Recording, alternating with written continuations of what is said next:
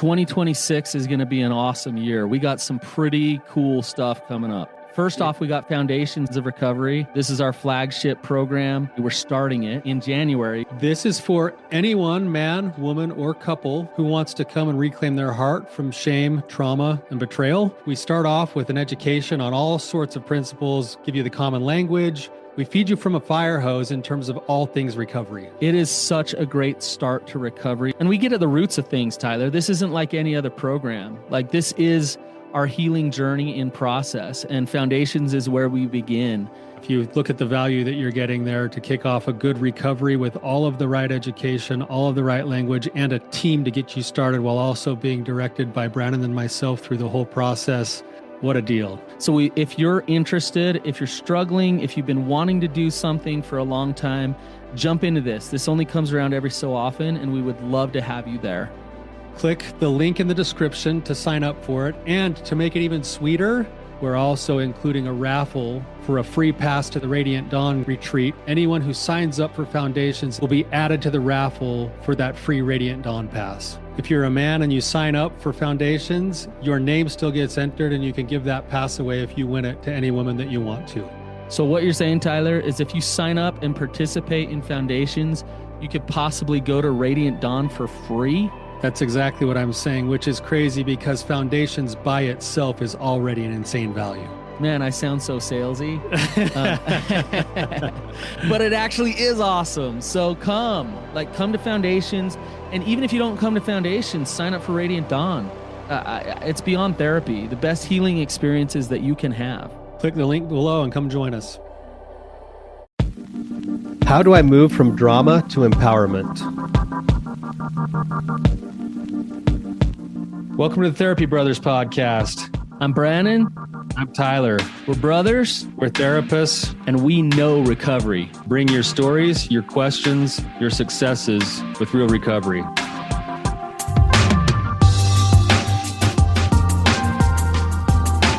Hey, Tyler, you ready to have some hard conversations? Let's do it. Let the Therapy Brothers podcast begin. Hey, bro, what's up? Brannon, it's so good to see you alive. It's good to be alive. You just got back from Cambodia like a day ago. Yeah. The jet lag is real. It's a real thing. Yeah, it was awesome. It was incredible, life-changing trip. So, you can't put it into words what it was like for us. So, yeah. It's the kind of thing where I can't wait to talk to you afterwards and actually hear all the details. And I'm sure there's plenty of things you experienced that will probably make its way into the podcast eventually. Yeah.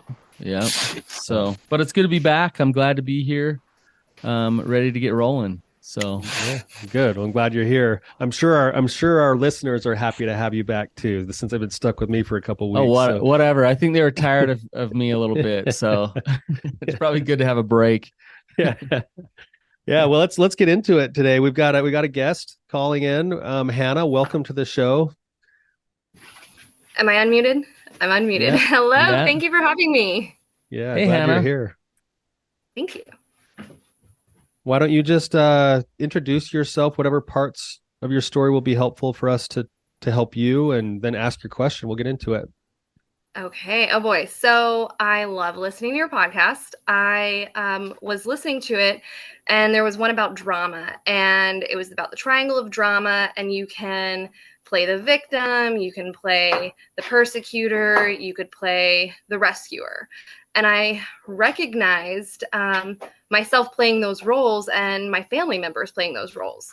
And I went on a trip with my sister, and I immediately recognized her going into like the persecutor role.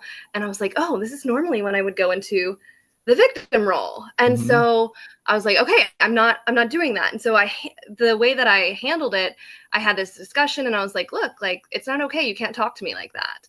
And we kind of took a break, and then we came back, and I was really glad because she was receptive to it, and it worked. I kind of had the same scenario with a friend, and she was not receptive, and it didn't work. And so anyway, I was just seeing this kind of play out in my life. And as I learned about the triangle of empowerment, I wanted to know, what are some skills? How can we go from being in that triangle of drama and turn our lives to living in that triangle of empowerment? Great question. Yeah. So something I think just right off the bat, and then we'll kind of get into actually outlining. We'll probably need to outline the drama triangle again, and the new the new triangle of empowerment. Excuse me. Before we kind of get too deep into this, but I just want to say right off the bat that I love hearing that you took something and actually went and put it into practice.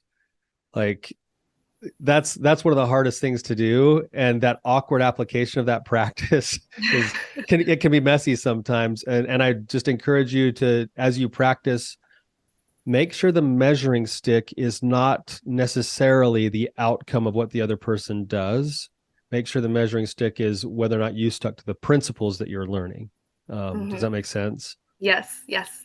So yeah. in other words, being out of drama has nothing to do with the other person. Is that what you're saying, Tyler? In a certain sense. I mean, obviously we're trying to stay out of drama, and we want to for the sake of actually being able to work inside of our relationships more effectively. But yes, we only have control over our side of that drama triangle. And even if we do everything right, sometimes the other person wants to roll around in the mud puddle, and so even if you do everything right, if you're measuring success by what the other person does, you're probably going to be disappointed some of the time, and it'll be confusing because you were still doing it right. Can I just, Tyler, you just said something interesting. You call it trauma. I did. So, man, I got all tongue twisted. But if you think about that, if you mix triangle and drama, it equals trauma. It does. And there's actually an important point to that of, Hannah, if you think about, why do you go to drama? Why do you think you go to drama? It's not my fault. I play the victim. Like, this is not right. I don't deserve this. I don't know. I don't know. I play that role a lot. I just feel like the victim. Like, I didn't do anything to deserve this. So notice what you said there. You said, I don't know. I don't know why I do. And that's how most people are. They unconsciously go to drama. But here's another question for you. What does drama do for you? Like, why do we go to drama? It doesn't help my life at all. Right. But we all do it. So why do we do it?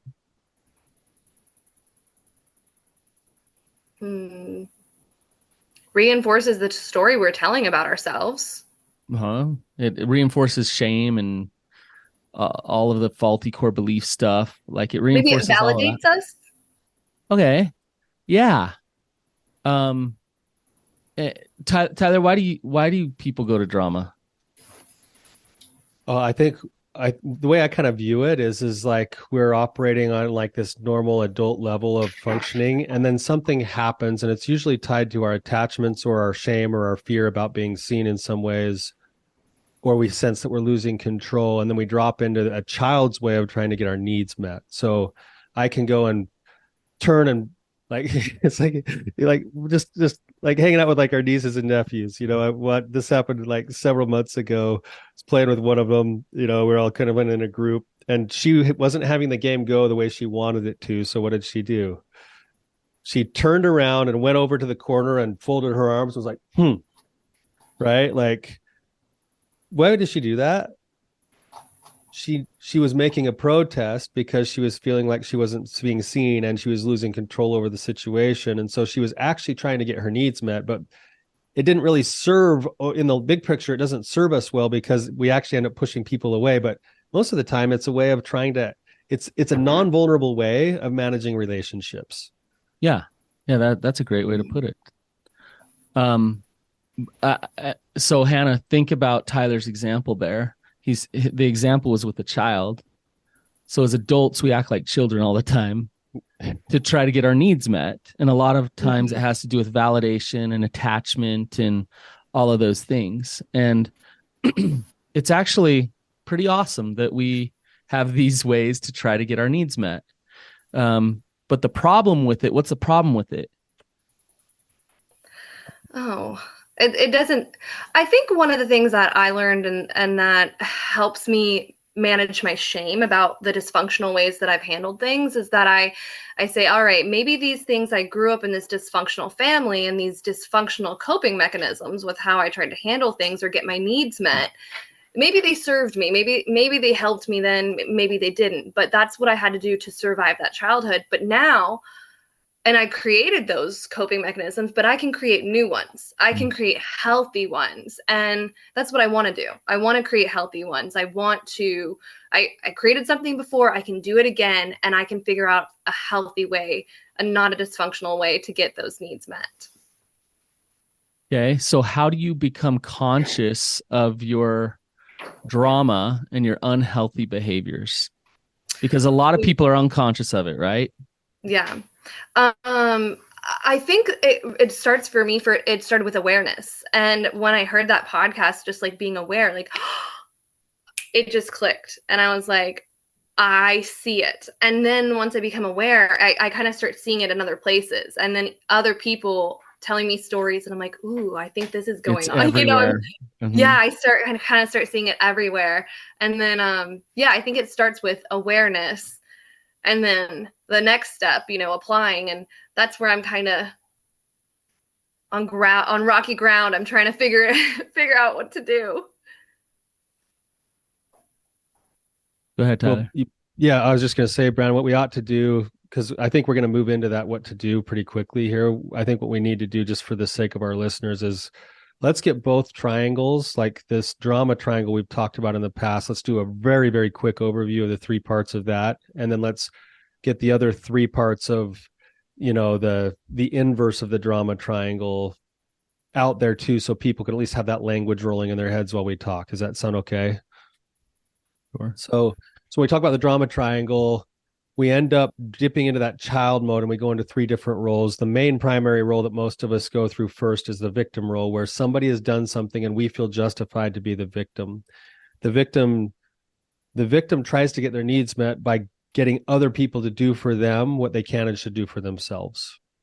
And then there's a second role, which is the persecutor role. The persecutor role is the attack. It's the person who's going on the offense, love to blame. And then the third role is the rescuer role, which is I'm going to rescue the victim from whatever it is that they're struggling with. I'm going to do for them what they can and should do for themselves so that I can feel good about myself. And there's a dance that we do inside of ourselves and with other people with all three of those roles. So I might start at the victim role, and then maybe I'm talking to my wife and she drops into victim role. So then I move over to the rescuer. But then when I'm rescuing, I get upset and sort of like resentful. So then I become the persecutor, and then she stays in the victim, or she moves to the rescuer. And it's this dance of unhealthy connection that keeps us tied just close enough, but doesn't actually ever let us get real intimacy with each other. Right. So that's a quick version of that. Does that sound, am I missing anything? So one of the theories that's kind of come out, that's called the Cartman drama triangle, that's come out over the top of this is, well, what's the empowerment triangle then? And there's three different, for each of those roles of drama, there's actually a role of empowerment. And so for the victim, instead of being the victim, I've heard it called a couple of things. One is to become the thriver, which means you taking accountability for your own choices and your own actions, or the creator. You need to be the one that's responsible to actually change the situation that you're in, rather than waiting for the world or other people to come and fix it. For the rescuer, that becomes, instead of the rescuer, you become the coach. So you can still give good advice. You can still be curious about what the other person's choices might be. But what you're doing is you're leaving accountability where it belongs, inside that relationship. And then the third role is for the persecutor. Instead of becoming the persecutor, there's probably some things that need to be said, but you can do it as the challenger rather than as the persecutor, which means that you're you're able to actually step in and still have boundaries, still have a voice, speak the things that need to be spoken. And those things are done out of the drama because you're not taking it personally, because you're not sucking people back and forth. And they're usually done with accountability and more vulnerability than you'd have in the drama triangle itself. So that was fast. Yeah. Thanks, Tyler. That was good. I want to come back to what you're talking about, but I want to ask Hannah a question, and then come back to what you just went over, Tyler. Hannah, do you believe in God? Yes. Okay. So the empowerment triangle, what Tyler's talking about, there's a really important distinction between the two. And with drama and those three roles that he just went over, we're using the other person for validation, for okayness. We need them to do something. Persecutors forcing them to do something. A caretaker's drawing worth from an individual. A victim's trying to get power. We need the other person. In the empowerment triangle, and what Tyler just went over, in order to step into those roles, there's an element of surrender about not needing them or not needing them to respond in a certain way or whatever. I can let go of that, and then I am an agent unto myself about how I show up in this world and what I want to create. So without that knowledge or understanding or relationship with some kind of something else that tells you that you're okay, it's really hard to not live a life in drama, because we're leaning on other people. Drama is another form. It's just codependency in many ways. It's over attachment to individuals. Is it, Tyler, would you say that too? That's important. Yeah. As you're talking, Brannon, I was getting this image of like, if I'm getting into drama with somebody, according to what you just said, it's like I just threw this little tiny piece of like self-worth in the middle of the mud pit. And now there's two of us that have to go fight over that piece of self-worth with each other. And only one of us can walk out with it. That's drama. Instead of what you're saying out of drama is, I know who I am, and I want relationship with you. And so I'm going to step into any of these three roles to do a few things to keep my self-respect while also pursuing relationship with you with integrity. Right. And that's what I think is missing in the drama triangle itself is that it lacks integrity and it lacks vulnerability and accountability. Yep. I want to give an example.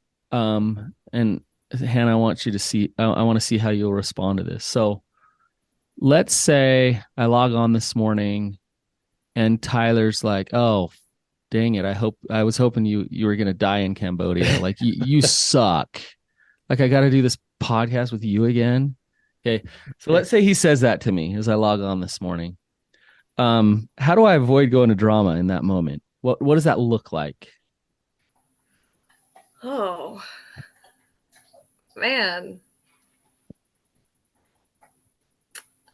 Ignore it? I don't know. So think about it through a lens of attachment. Okay. So if I have healthy attachment with Tyler, I can avoid going to drama. If I have unhealthy attachment with Tyler, then I'm gonna go into drama, right? Okay. So here he is insulting me, right? Yeah. Oh, I seriously wish you would have died in Cambodia. Right. All right. So what does healthy attachment look like? Oh, come on, man. Why are you saying that to me? Like, come on. I don't know. Holding him accountable. Saying like, letting him know like, hey, that really upset me.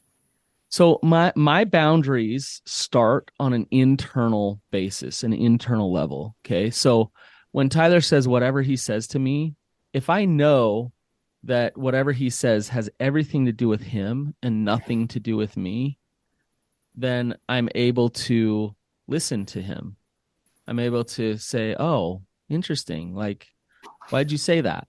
Like, did something happen over the last week? Yeah. Who are you? Like, what's going on with you?" Okay. But if I'm unboundaried and he defines me, then all of a sudden I start having all kinds of defensive reactions. My parts start coming up, right?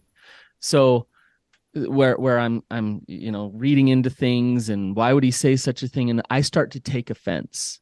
Drama kicks in. Okay. Now, if Tyler says that to me, I wish you would have died in Cambodia. Does that have anything to do with me? I mean, yeah. Okay. How so? It's about you. It's about you not being here. Right. So let me rephrase that. Does that have anything to do with my self-worth? No. Does it have anything to do with whether I'm lovable or not? No. It has nothing to do with that. So if I know who I am and I know that I'm loved, Tyler can absolutely have those feelings, and that's okay. Now, he being rude to me, now he might be saying rude, horrible things, and I can step into my empowerment and say, knowing who I am, like I'm not trying to attack you. I'm just letting you know, saying those things to me doesn't work for me. So, and I might say, I don't know if I can do this episode with you today, and starting it that way, that doesn't work for me. That's all about me. If he's insulting me but I don't need to take offense. Now I make this sound so easy, don't I? Yeah, but that's a skill. It's a skill. Right. It is a skill. You know, I kind of going along with what you're saying, Brannon, and Hannah, you're asking these questions of like, how do I actually work on this? Because I'm recognizing the drama, which by the way is the first step. And we'll get into some of we'll get into some other recipe kinds of things in a minute. But the fact that you're recognizing it is already like a massive step. It's the first step. Where Brandon's going with this is two things.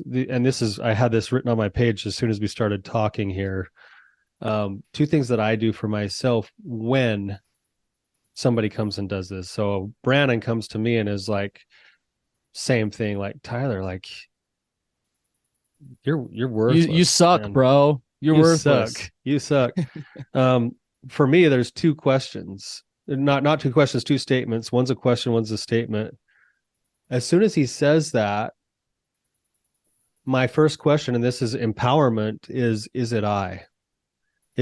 Am I doing something that I need to take a look at? Not in a shame-based way, not in like, oh my gosh, I suck kind of way, but like, that's weird that he would say that to me. Did I do something? Now that's going to be my first question back to him is, hey, I thought we were good. Like, what's going on, man? What are you doing? See how it comes back to what's your experience right now? Because I don't know. Like, I'm curious. Is it I? And I'm willing to take ownership for the parts that are mine. I want to take ownership for the parts that are mine, but I will not take ownership for the parts that are not. And then the next statement after that later on is my response back to Brannon after I get curious with what his experience is this is I. So here's where I'm at. Like, this is how I'm taking it. I like what you said, Hannah, when Brannon was putting you on the spot a little bit. You actually gave some pretty decent responses. You know, it was like, you know, you were honest with your feelings, and this is I. This is where I stand right now. You know, so those two things kind of go together. It's accountability, both ends, curiosity with accountability, and then accountability in the response back. I think accountability requires some knowledge of self and of knowing who you are. So like, I really like what you just said, Tyler. The is it I? If Tyler comes to me with some criticism or he's rude or whatever, and I don't know who I am, then I'm just, he's defining that. And that's scary because he's telling me I suck. He's telling me I'm not good enough. He's telling me, and that's scary. And so I'm likely to defend against that. Or I'm likely to drink it all in, which wouldn't be good for me either. So the is it I is me knowing me hearing from him, the feedback or criticism or whatever it is, you know, kind of taking a look at this and wondering, oh, maybe there is something that I need to clean up. Maybe there is something I need to change. Or maybe some of this is just about him and his day, and he had a really hard day, and I care about him, and that's that, right? But there is a understanding of self. You see that? That's key to empowerment. I think I got to sneeze. Nope, it's gone. Okay, sorry. I like what you just said. You didn't say this word, but whenever you said like let me take this. I like to break things down into like steps in my head. Like, okay, I'm going to do this. I'm going to do this. I'm going to do this. And what you just said, and the concept of what you guys just described to me, I'm like, okay, let's take inventory. Let me take inventory of me. Mm-hmm. Let me take inventory of you. And then let me state my boundary. Yep. Right. Beautiful. So your sister's persecuting you, like, Hannah, blankety, blankety, blank. I don't know what she says, right? Your sister's persecuting you. What does taking inventory look like? What did I do? What's my role here? Did I do something? And what's my experience? What did I do to contribute to her experience? And then what experience is she having that I'm not aware of that's contributing to this? Okay. That's excellent. And then, all right, now I took inventory. Now I'm going to say, I'm not okay with this. This is me. Yeah. This is where I'm at. Beautiful. Yeah. Now, I'm not okay with this can be said in different ways. It can be said in drama, or it can be said not in drama. The energy is in which that is delivered, and in which you're coming from. Now, she might hear it as drama no matter what. Uh-huh. Right? So how do you know you're not in drama when you say, I'm not okay with this? Ooh. In the conversation we had, I think that her emotions were really elevated, and mine were not. I was, cool as a cucumber. I was just like, hey, it's really not okay with me. You can't talk to me like that. Mm-hmm. And, she stayed elevated. And as we discussed later, she was like, well, I felt like that was really condescending that you were, remaining so calm. And I said, mm-hmm. No, I'm really not trying to be condescending. She's like, that's how you talk to a kid. And I was like, well, yeah, because I said, if my emotions are up here, or if your emotions are up here and I meet you here, does that solve anything? Does that resolve our problem? No. So I'm trying to bring you back down here because I want to be in control of my emotions. I don't want them to be controlling me. I want to, because she's like, well, can I not have emotions? I was like, well, no, you can have emotions. I have emotions, but I still want to regulate them and kind of mm-hmm. do all of these things. And I don't want them to be controlling me. So we kind of took a break and we had that conversation after the break because I told her, I was like, hey, it's really not okay to talk to me like this. And she didn't like it. And so I was like, I'm going to go take a shower. I'm going to do this. I'll be back. And when I came back, we were able to talk a little bit. And that's kind of how that went from there. And it went well. She ended up apologizing, and it went well afterwards. Yeah. I was watching a meme yesterday about road rage, and this, it's wasting my time. But this guy, it was like horrible road rage incidents or whatever. And this dude was just like outside this car, just yelling and screaming and like pounding on and this other dude was just like sitting in his car, calm as can be, kind of smiling and looking forward and just fine. Just nothing, nothing was wrong. And the more he sat there, the more the other guy just amped up, right? He was looking for drama. He was looking for a fight. And I think a lot of times that's what it looks like is we're calm in the storm. We're grounded. We're at peace, and able to just stay steady when there's turbulence all around us. That's what empowerment looks like. And somebody who's used to you taking the bait with drama is going to freak out a little bit or going to amp up their drama because they're like, what? You're supposed to like be here with me having this whole thing. Right? Yeah. Yeah. So good job staying steady, Hannah. That's an awesome story. Well, thank you. And knowing that it will amp up a little bit with people that are used to a certain pattern. Once you start to change your side of the pattern, it will amp a little bit. Drama loves company. Like drama, it's like the crabs in a bucket idea. If you're down in the mud puddle getting all dirty and messy and you look around and you're like, I want to, everybody's get in here. Like, so it's like, especially if you're used to doing that, if I'm in the mode of my sister invites me to the drama and then I'm like, well, it's her fault. Yeah, you're being this, that. And you don't do that. It almost is scary, like attachment wise. She's like, uh-oh, like, where's Hannah? If we don't interact this way, like, yeah, where'd she go? Like, so the only way I know to get her to come back is to amp my response until she joins me. And at that point, you have to hold on until the response subsides, and then you join back and say, hey, like, just like you did, as a perfect example of, hey, the tone's different. We can still talk now. Right. Mm-hmm. And I wasn't trying to be, because you very well could have intentionally being kind of like holier than thou, rescuer-ish, like, I'm only going to talk to you as soon as you can't be a child anymore. Right. Like, yeah. But that wasn't your intention, and you cleared that up with her, and then you can move forward. So you actually did really good work there. Thank you. So could I think Brannon hit really hard kind of the deeper part of dealing with drama, which is the continued work on self. Like, the more you grow into yourself, the more you know who you are, the less likely you are to go into drama. Could I walk you through like a recipe really quickly, since that's what you like? I'd love that. Okay. So first step in the recipe you've already got, but we'll go a little deeper with it really quickly. Recognize the drama.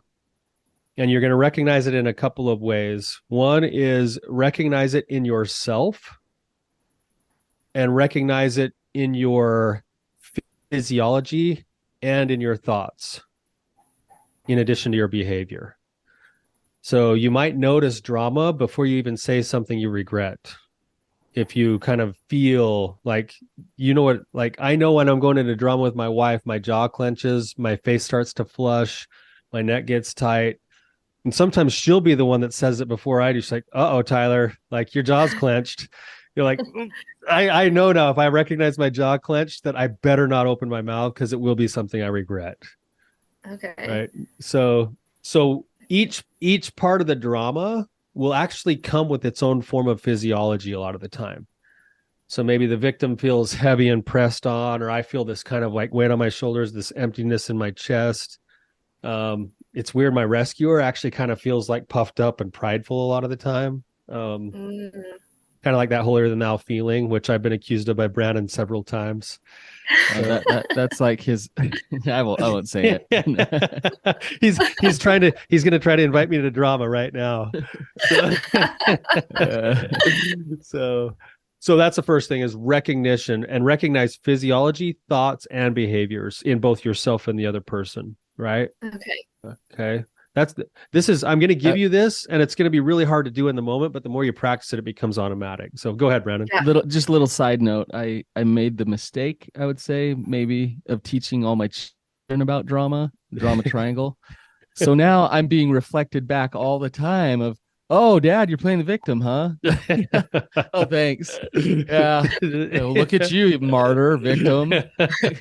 Apparently, I'm the martyr and the victim a lot. Which you play the rescuer, the victim. That's so funny. That's awesome. That's a great way to stay mindful, Brannon. I guess so. Oh, all right. Second step after the recognition of the drama is list your options. So, and this means you need to come up with 6 options. Okay. 3 of them are already there for you: persecutor, victim, and rescuer. Those are options. Okay. But list those out. You can play any one of those 3 roles right now, but now you've got to come up with at least 3 other potential, like, options or responses that you can give in that moment. So let's break this down for a second with your sister. You've got all the 3 that you could do: go jump into drama with her, rescue her, or attack her, or turn yourself into the victim. What are 3 other options that you had in that moment? Challenge her. Coach her. How would you have challenged her? Ooh. Hold on, I got to think about this. If it's normally a persecutor challenging.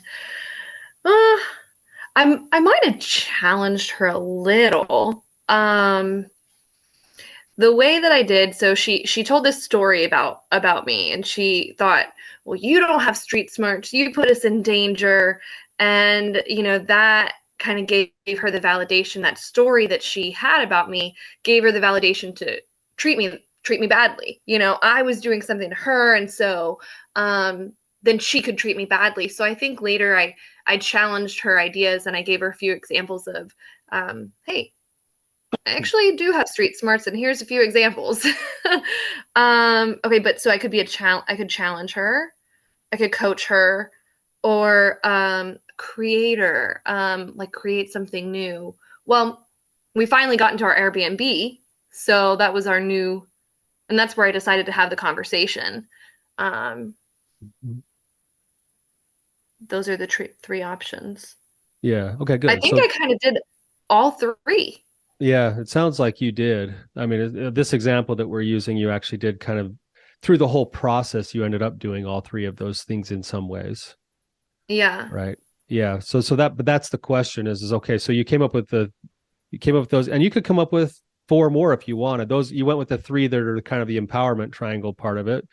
But that creator part might have been, I'm going to use my own choice to take a time out, or I'm going to use my own choice to do this, or to set this boundary, or to do that boundary, or to just listen to her, or to try to show empathy, or, so you could come up with like 6-10 things that are options of what you could do. Right. The next step is that once you have those options out in front of you, you have to assess your congruency, which means your value system. Out of all of these options, which of these options will still be okay for me to look myself in the mirror when I'm done? Right. So now all of a sudden, probably those first 3, victim, persecutor, and rescuer, sort of go out the window. And now you look at the rest of them and say, okay, of these ones, which of them most line up with my values? Right. Can I do a little side note? Yeah. Timeouts, like as you're going through this, Tyler, it's not realistic of in the moment to be like, okay, I'm now listing 6 options. Now I'm assessing my congruency. All of these principles are awesome. When it comes to your emotions being regulated and walking through this process in the moment with your sister, that's why a timeout, like if you really want to practice getting out of drama, right when you're about to jump into it, just say, hey, I'm going to take a break. Like, I want to give you a good 10, response. I'm going to take 20 minutes. I'll be back, but I'm not going to. So when you feel that thing, those emotions in your throat, in your gut, in your whatever, like Tyler said, become conscious of it. Instead of going directly into this process, go into a timeout, practice some mindfulness, and then go through the process. Yeah, that's great, Brannon. I'd also say that a lot of times this stuff that I'm teaching right now will be stuff that you do afterwards, but it's still important to do afterwards because it preps you for the next time. And if you do it enough, eventually it's like, I know now when I go to certain places that there's going to be the exact conversation that I know is coming. And now I've already got my 6 options that have been narrowed down to 2 options, 3 options. It's like, am I in the mood to listen today? Am I in the mood to set boundaries? Am I in the mood to help try to solve problems? Like, what's going to be the best thing for my situation right now? So now when I get in my car for a long drive to go somewhere and the topic of something comes up, whatever that is, one of the age-old family fights, I'm already queued up to know how to stay out of drama for that. Whereas years ago with my wife, that would be an instant fight for 2 hours, right? Mm-hmm. So that's a good thought, Brannon. But it comes with practice. So Hannah, out of the things that you listed with your sister, which of those feel like they line up with your values the best? Coach. Mm-hmm. I think that's what I did the most of. And how would you coach in a way that doesn't sound condescending?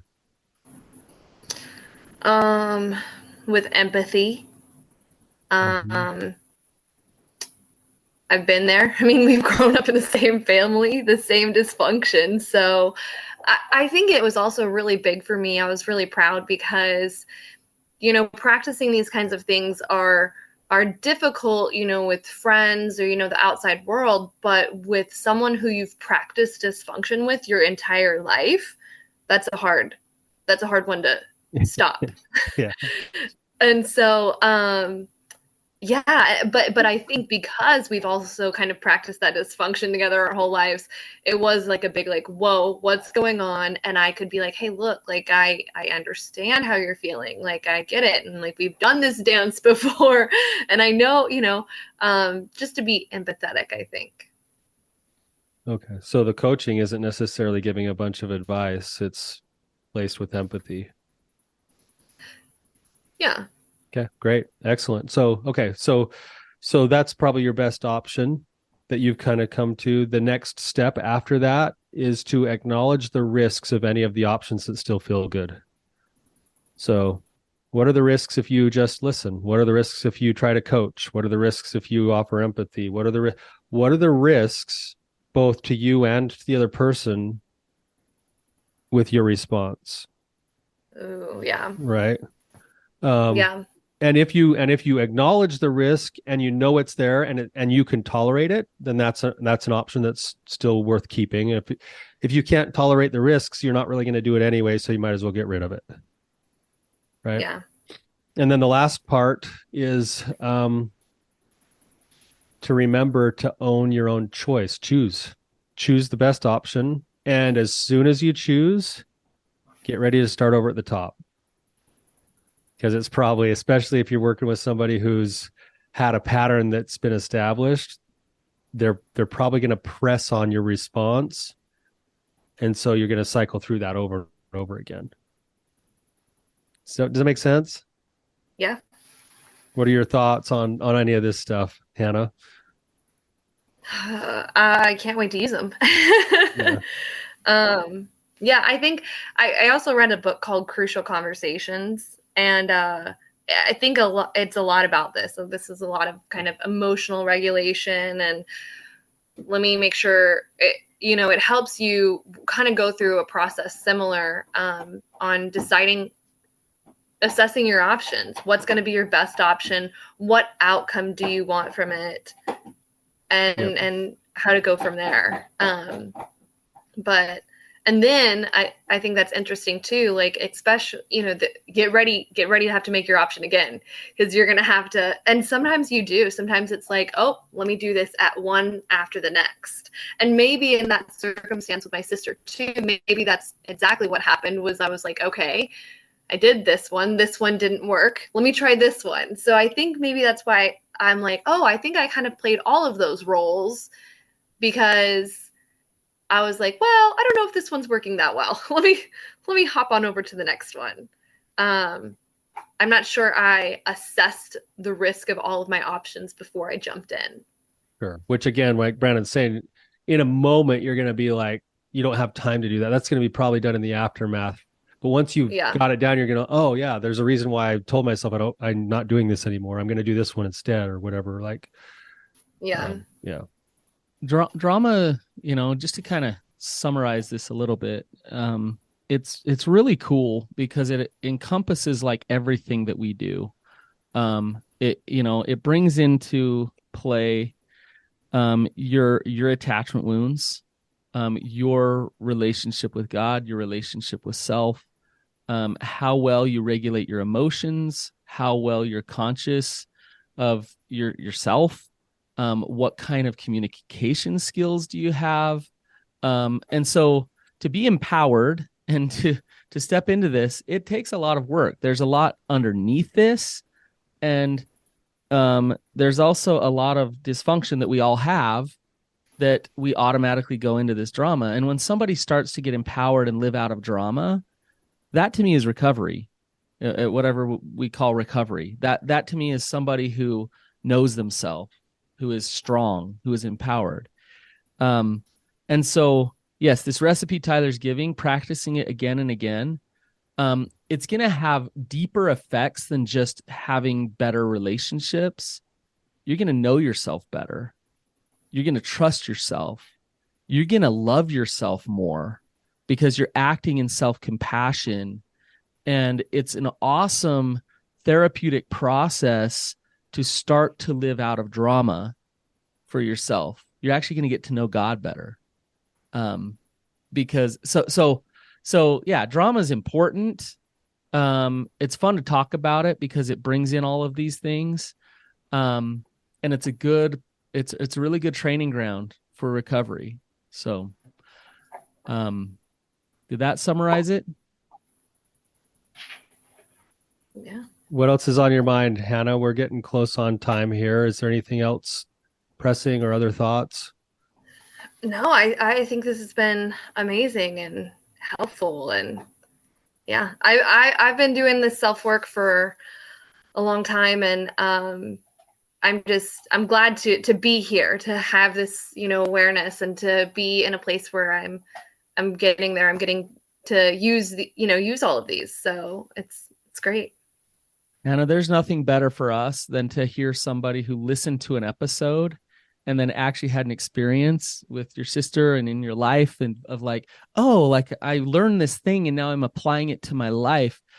Man, I love to hear that. The people like you that actually apply what, I mean, me and Tyler, we have a lot of words. We say a lot of things, but to actually go apply it makes me really happy. And it just shows that you're humble, that you're willing to work, you're willing to self-reflect. So thank you. Yeah, I also want to thank you, Hannah. I had kind of a weekend where there wasn't a lot of this present. And so for you to show up on the show with the energy that you showed up with today, the energy of I'm moving forward, I'm taking accountability for my own life, I'm empowered. Like I feel it from you that you are empowered, even though you're still learning and growing. And it was refreshing to get that this morning on the call. So thank you. Well, you're welcome. Thank you. I was able to do it because of you guys. I mean, it was just, the timing was crazy. I think that's divine, that I heard the podcast. Here's an opportunity to apply it. I applied it, and I did. After that conversation with my sister, I can't tell you how amazing and empowered I felt. It awesome. It's like nothing I've experienced before. So thank you guys. Yeah.